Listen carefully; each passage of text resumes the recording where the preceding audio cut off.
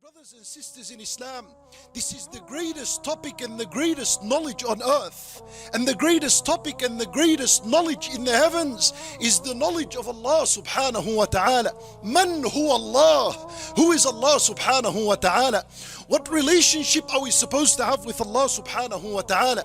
This is the greatest knowledge on earth. The young is supposed to know about it, and the old is supposed to know about it. The poor and the rich are supposed to know. The man and the woman, everyone is supposed to know who Allah subhanahu wa ta'ala is. My brothers and sisters in Islam, this topic of who Allah Azza wa Jal is a topic that requires struggle and effort and sacrifice just to learn something about Allah subhanahu wa ta'ala. But if Allah Azza wa Jal was to give you something, if Allah Azza wa Jal was to give you some knowledge about who He is subhanahu wa ta'ala, you will find ultimate peace and contentment and tranquility in your heart, in your soul and in your mind. Allah Azza wa Jal, He tells us in Surah Al-Baqarah a story about a man. أو كالذي مر على قرية وهي خاوية على عروشها. There was a man in the past. No one saw him, he saw no one. Only Allah saw him, and Allah mentioned in the Quran the story of this man and what he went through. Allah Azza wa Jal tells us, a man in the past, مر على قرية وهي خاوية على عروشها. He passed by a town, and the town, they say it was Baytul Maqdis. وهي خاوية على عروشها. At the time he passed by this town, it was خاوية على عروشها. It was ruined. It was destroyed. The walls had fallen down. The animals have perished and died.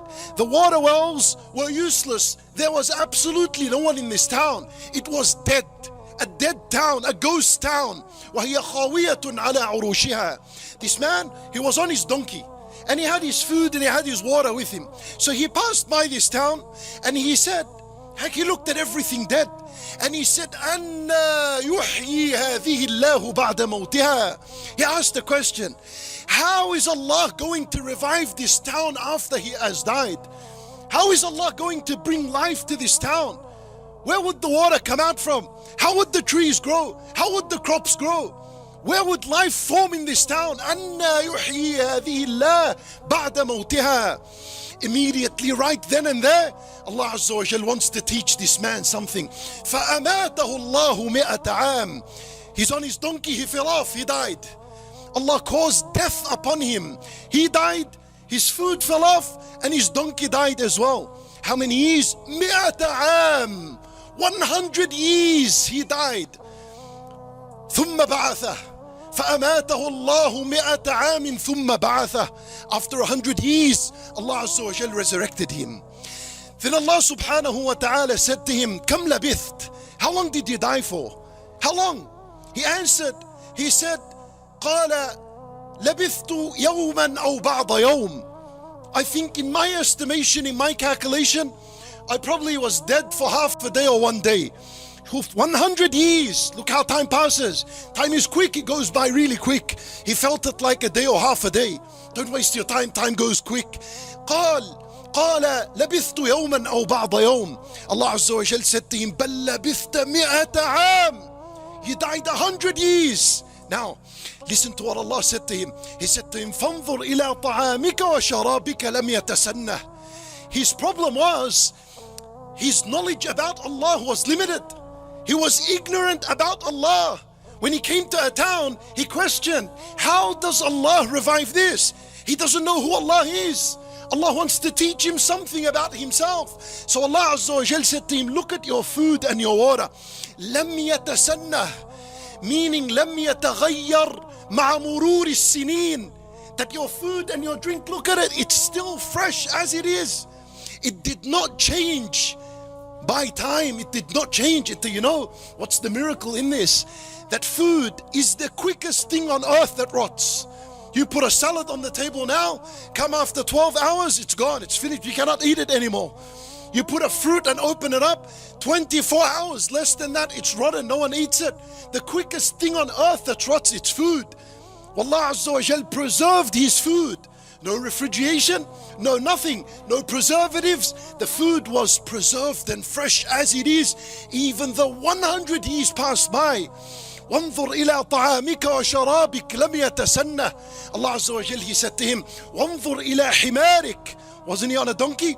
The donkey had died. The donkey had been eaten by the earth. Nothing is left of the donkey, only a bit of pieces of bones, and they were scattered all over the place. For he saw his donkey. What was left of it? Only bones. Allah subhanahu wa ta'ala, He said, وانظر إلى حمارك وانظر إلى العظام كيف ننشزها ثم نكسوها لحما. All of a sudden, this miraculous sight occurs and happens right before his eyes. The bones, they come to each other and they begin to form with each other. And then Allah Azza wa Jal begins to dress these bones with meat. كيف نكسوها لحما. And all of a sudden his donkey rose. And his donkey was alive once again, ready for him to ride on once again. وانظر إلى حمارك ولنجعلك آية للناس وانظر إلى العظام كيف ننشزها ثم نكسوها لحما. By the end of all this man, he reached the conclusion. قال أعلم أن الله على كل شيء قدير. Finally his conclusion was, now I know and I'm certain that Allah is capable over all things. My brothers and sisters in Islam, this is something you and I always say. Allahu ala kulli shay'in qadir. This man, he deserved to die 100 years to learn something about Allah. 100 years to learn something about Allah subhanahu wa ta'ala. To learn and to be certain that Allah is capable over all things.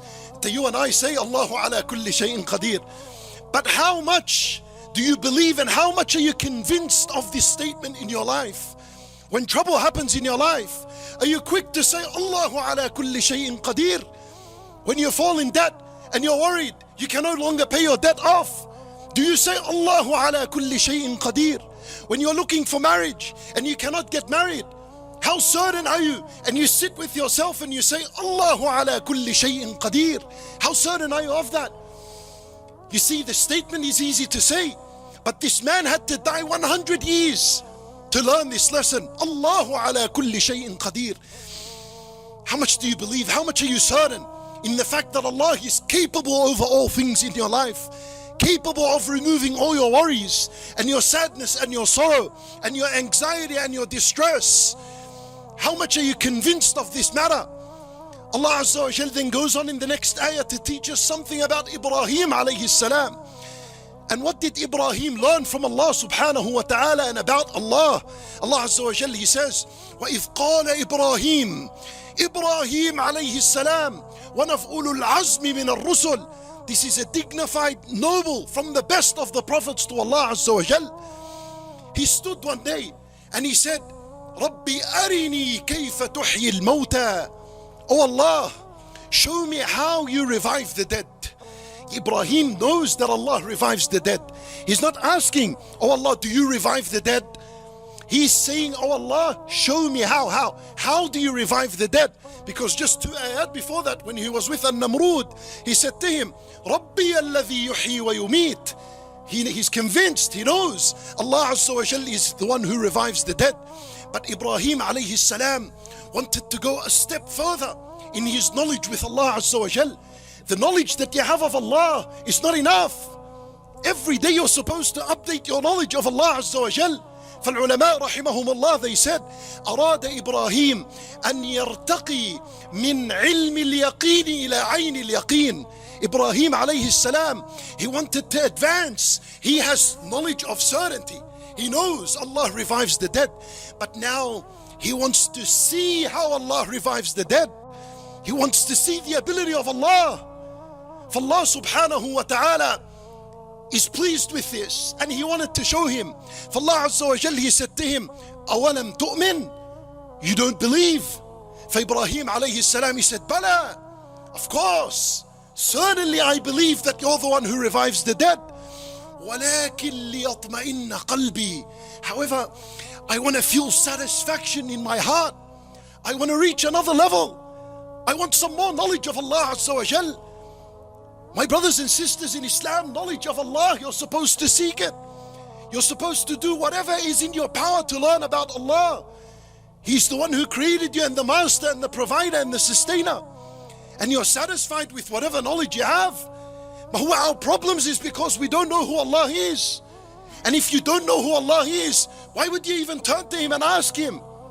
You will only dignify and honor a dua when you know who Allah is. For He said, وَلَكِنْ لِيَطْمَئِنَّ قَلْبِي. My heart, I want satisfaction. I want peace. I want tranquility in my heart. For Allah Azza wa Jal gives him an experiment, a project. He said, فَخُذْ أَرْبَعَةً مِّنَ الطَّيْرِ. Go and collect 4 birds. Grab 4 birds. فَصُرْهُنَّ إِلَيْكَ. Any kind of bird. The ulama, they have long discussion what kind of bird he got. Some say a chicken, a goose, whatever it is. He got 4 birds. فَصُرْهُنَّ إِلَيْكَ. Chop them up. Cut them up. For Ibrahim alayhi salam chopped their heads off. 4 heads. And then he ripped out the feathers. He broke the bones. He snapped them. Blood, flesh, meat all over the place. 4 birds. فَصُرْهُنَّ إِلَيْكَ. Cut them all up. And you look at this, it's just, he is the one who disjointed all their bones. And if you gave him the task of putting them back together, no one would be able to do so. For then Allah Azza wa Jalla, He said to him, اجعل على كل جبل منهن جزءا. Go and put pieces, grab pieces of these chopped up birds and put them on top of a mountain. Some ulama say they were 4 mountains. Some ulama say that he had to go to the peak of 7 mountains. Some said more than that.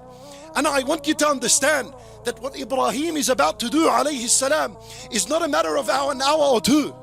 The mountain of Everest, just to go to the top needs 2 months. 2 months to get to the top. And then to come down, it requires from you 4 weeks, yani 1 month. And this is the mountain of today, the Mount Everest. Back in the past, mountains were taller than what they are today. Today they've become small. Erosion has made them small in size. So you can imagine what task is on the hand of Ibrahim alayhi salam.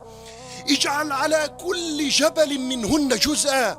So he began to take pieces and go all the way to the top of a mountain. Hardship, difficulty. Imagine that you climb a mountain. It's not an expedition. People die when they go up the mountain of Everest. But he's doing what he can to learn something about Allah. So he goes up to the top of the mountain and he puts a piece. And to another, come down, go back on another mountain, come, Allahu A'lam how long this took. Months, years. ثم اجعل على كل جبل منهن جزءا. And he had the 4 heads with him. The heads were kept in his hand. Then he went back down. Then Allah Azza wa Jal said to him, ثم ادعهن. Call them now. Say, oh birds, come. يأتينك سعيا. والعلماء المفسرون رحمهم Allah, they say, and as Ibrahim is standing and calling these birds to come, he sees with his own eyes the drop of blood go from this mountain to the other mountain. The bones from this mountain go to the other mountain. And a bird begins to form. The feathers fly from this one to this. Each feathers go back to the same bird it is. Not a drop of blood that was for another bird ends up in another bird. Allah Azza wa Jal speaks about the human beings like this. قَدْ عَلِمْنَا مَا تَنْقُصُ الْأَرْضُ مِنْهُمْ وَعِنْدَنَا كِتَابٌ حَفِيظٌ. You know, when mankind died, the millions and the billions of mankind that have died, when Allah resurrects us, the cell that was in your liver doesn't end up in your heart. The drop of blood that was in your kidney doesn't end up in this finger. All of it goes back to where it came from. ثُمَّ ادْعُهُنْ. Call them. يَأْتِينَكَ سَعْيًا. All of a sudden these 4 birds, they started to come down to him, headless with no head. And he began to extend the head. And if he gave the head to the wrong bird, it would refuse to take it. Until he handed over the right head and it became connected like a Lego. It came back to its head. Then what was the entire project? Years. What was the conclusion? وَاعْلَمْ أَنَّ اللَّهَ عَزِيزٌ حَكِيمٌ. 2 names of Allah. To reach 2 names of Allah, you had to do all this. And how serious are you about Allah's names? How serious are you about the names of Allah? About who Allah is? وَاعْلَمْ أَنَّ اللَّهَ عَزِيزٌ حَكِيمٌ. Finally, Allah gave him peace and tranquility. Allah gave him knowledge about Allah because he strived, he struggled, he went up a mountain and down. He was ready to give his whole life to learn something about Allah. In the end, he got 2 names only. In the end, he got to be convinced about 2 names. He saw by his own eyes. يَعْلَمْ أَنَّ اللَّهَ عَزِيزٌ. Allah is powerful. Allah is the mighty. Allah is capable over all things, Aziz. To him belongs the law, and to him belongs all worship. This is from the name Al-Aziz. Al-Hakim, the all-wise. Ya Ibrahim, don't ask about why I gave you 4 birds and so on. Ana Al-Hakim, I am the all-wise. I tell you, do something, you do it. And if that is to chop 4 birds and put them on mountains, do it. Don't question. And if Allah is telling you, pray at this time, pray on this time. Don't question. Otherwise you will never experience the name of Allah Al-Aziz Al-Hakim in your life. Just do it. Allah says, wear the hijab, just do it. Allah Azza wa Jal wants you to keep your beat, just do it. Do it. Allahu Azizul Hakim. People are ready to give their life to learn something about Allah. And you know, at the time, it's not like Ibrahim had a lot of time. At his time there were kuffar, there were people that required da'wah, there were people that were desperate to listen about Allah. But Allah Azza wa Jal, in his infinite mercy and wisdom and knowledge, says to Ibrahim, go and learn about Allah first. Go and do this for many years.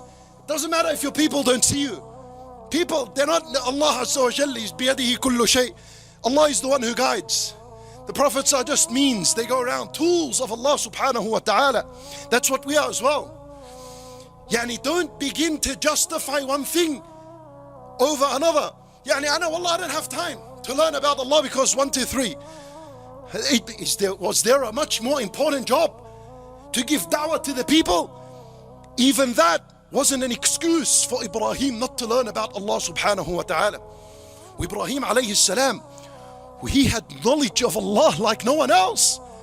وَكَذَلِكَ نُرِي إِبْرَاهِيمَ مَلَكُوتَ السَّمَاوَاتِ وَالْأَرْضِ وَلِيَكُونَ مِنَ الْمُوقِنِينَ. Ibrahim, Allah Azza wa Jal allowed Ibrahim to see the kingdom of Allah in the heavens. In the tafsir of this ayah, ulama, they say Allah showed him the arsh, and he saw the angels, and he saw al-qalam, he saw everything of Allah's kingdom that is in the heavens, and he saw everything of Allah's kingdom on the earth. وَلِيَكُونَ مِنَ الْمُوقِنِينَ. And he had deep conviction and certainty of Allah.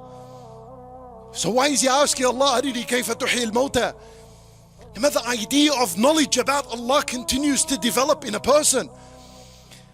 No matter how much of a scholar or knowledgeable you are, knowledge of Allah should never ever end in your life. Always pursue after this knowledge. Learn about this knowledge. Then Allah subhanahu wa ta'ala is the one who created you. People today are worried. People today have problems. People today are in all sorts of problems. Wallah, there is not a single house on earth except that there are problems in it and issues. Currently, right now, there are divorced women sitting in the house waiting to get married. There are people that are in debt. They have been overridden by debt. There are people that are sick. There are people, there are fathers that their sons have rebelled upon them, and the father can't wait to see his son dead. And there are children that don't want to know their parents anymore. These are all problems that we're living. All of these problems are solved if you knew who Allah Azza wa Jal is. Oh, the problem, we're still in our problems because we haven't recognized who Allah is. As a result, we've never turned back to Him. Understand, learn about Allah. And once you know about Allah subhanahu wa ta'ala, turn to Allah in a dua. Allah Azza wa Jal is Al-Ghafoor, Al-Rahim, Al-Kareem, Al-Mu'ti. Allah Al-Kareem, the generous. Allah will look after your affairs. You know, one thing you learn every single day is something about the generosity of Allah. Every single day we see it. You know, Allah Azza wa Jal, for every worship that we do, He multiplies it. This is from His generosity. Just not long ago, we finished Laylatul Qadr. Laylatul Qadr khayrun min alfi shahr. Look at the generosity of Allah. He said to you, you give me a few hours in worship, I'll give you a lifetime of worship in your account. What's this? هذا كرم الله. This is the generosity of Allah. Allah says to you, pray 12 rak'at in one day without the fard, as-sunnah al-ratiba, and I'll make you a house in the paradise. Allah says, say subhanallah once, and I'll give you the mountain, the size of the mountain of Uhud of hasanat. Say subhanallah wa bihamdih. That is a palm tree in the paradise. Shuf al-karam. Look at the generosity of Allah. Now for the point, this is the point, that if this is Allah's generosity to us in our matters of worship, which are the most important matters in life, you think Allah would be stingy upon you in matters of a dunya that are pathetic, that are useless, that are inferior to the matters of the worship? Allah Azza wa Jalla is generous upon us when it comes to matters of worship, which are the matters that will save us on the Day of Judgment. You think He won't give you a dunya? If you turned and you asked Him, you think that He'll hold it back? This is what we're supposed to learn. We're supposed to come and recognize Karamullahi subhanahu wa ta'ala, the generosity of Allah subhanahu wa ta'ala. Maryam alayha salam, she was in her house in Baytul Maqdis, a young girl. Zakaria alayhi salam enters upon her, and he sees that she has summer fruit during winter time, even though there's no refrigeration and no preservatives at the time. What is summer fruit doing in your house in winter time? And then he would find winter fruit in her house during summer. What's that doing there? So he said to her, Ya Maryam, anna laki hadha. Where do you get all this from? The answer is simple. قالت هو من عند الله الكريم سبحانه وتعالى. He gave her what he wants from this worldly life, because she devoted herself in worship to Allah subhanahu wa ta'ala. She said, this is all from Allah. إن الله يرزق من يشاء بغير حساب. Allah gives who He wills without taking him to account into anything. لأن الدنيا بيد الله. It's all in the hands of Allah. Right then and there, Zakaria alayhi salam, when he seen this, he got affected. By this time, Zakaria is about 90 years old. He's already a prophet. This is a young woman who taught a prophet something about Allah. He got inspired. And he has been wanting a child for a very long time. Many years he's been making dua for a child. Allah says, Hunalik, right then and there, Da'a Zakaria Rabbah. He put his hands up, Ya Rabb, and he made a dua. Habli min ladunka dhurriyatan tayyibah. Give me a righteous offspring. I know I'm old. The bones have become weak. The hair of my head has become white. I'm on the doorstep of death. My wife is barren. Impossible situation. But oh Allah, you make what is impossible possible. When you provided summer fruit during winter, that is something impossible in our calculation. To Allah, it's not impossible. So he made a dua. Habli min ladunka dhurriyatan tayyibah innaka sami'u du'a. That's it. He knew who Allah was, and he made a dua after it. Immediately Allah Azza wa Jal answered him, and he gave him Yahya alayhi salam. Yahya was on his way. And then Zakaria alayhi salam asked Allah, Anna yakunu li walad. How can I have a child? How? Allah Azza wa Jal said to him, Kadhalik Allah. That's it. That is Allah. قال كذلك قال ربك هو علي هين. Easy, it's easy upon Allah. But you think Allah Azza wa Jal cannot solve your issue? هو علي هين. That's it. It is easy upon me. وقد خلقتك من قبل ولم تك شيئا. I created you much before this, and you are nothing. هذا Yahya, at least he's coming after a mother and father came in contact with each other. Karamullahi subhanahu wa ta'ala. Have we taken advantage of Karamullah? Have we taken advantage of the generosity of Allah? When an issue happens in life, did you turn to Allah and make dua? Did you invest in the times in where dua is accepted to turn and raise your hand and say, oh Allah? And Nabi sallallahu alayhi wa sallam, when he was affected by anything in life, you know what he'd do? كان إذا حزبه أمر فزع إلى الصلاة. Any distress he would feel, any difficulty he would feel, he would rush to as-salat. Allahu Akbar ya Rabb.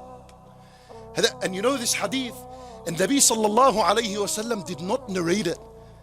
As-Sahaba told us that's what he did. In other words, they've seen it enough from him to say this is how he was. It wasn't his words. It was him being described. And this is serious. Any issue that would happen, he'd rush to as-salat. لأنه he knew that everything is in the hand of Allah. And if Allah wants something to happen, all he says, kun fayakun, that's it. Almost all of a sudden, the problems disappear. For Allah subhanahu wa ta'ala, to him belongs all things. Turn to Allah in times of struggle and difficulty. Aisha radiallahu anha, she says, Salu Allah kulla shay. Ask Allah everything. Hatta shisa. Even if it was a shoelace. You know, if you walk and your shoelace gets ripped, ask Allah for a shoelace. In a narration as well, it said, Hatta al-milha fi al-ta'am. Ask Allah for salt in the food. Why? She says at the end of the hadith, فَإِنَّ اللَّهَ إِن لَمْ يُيَسِّرْهُ لَمْ يَتَيَسَّرْ. Because if Allah Azza wa Jal doesn't make it possible, no one can make it possible.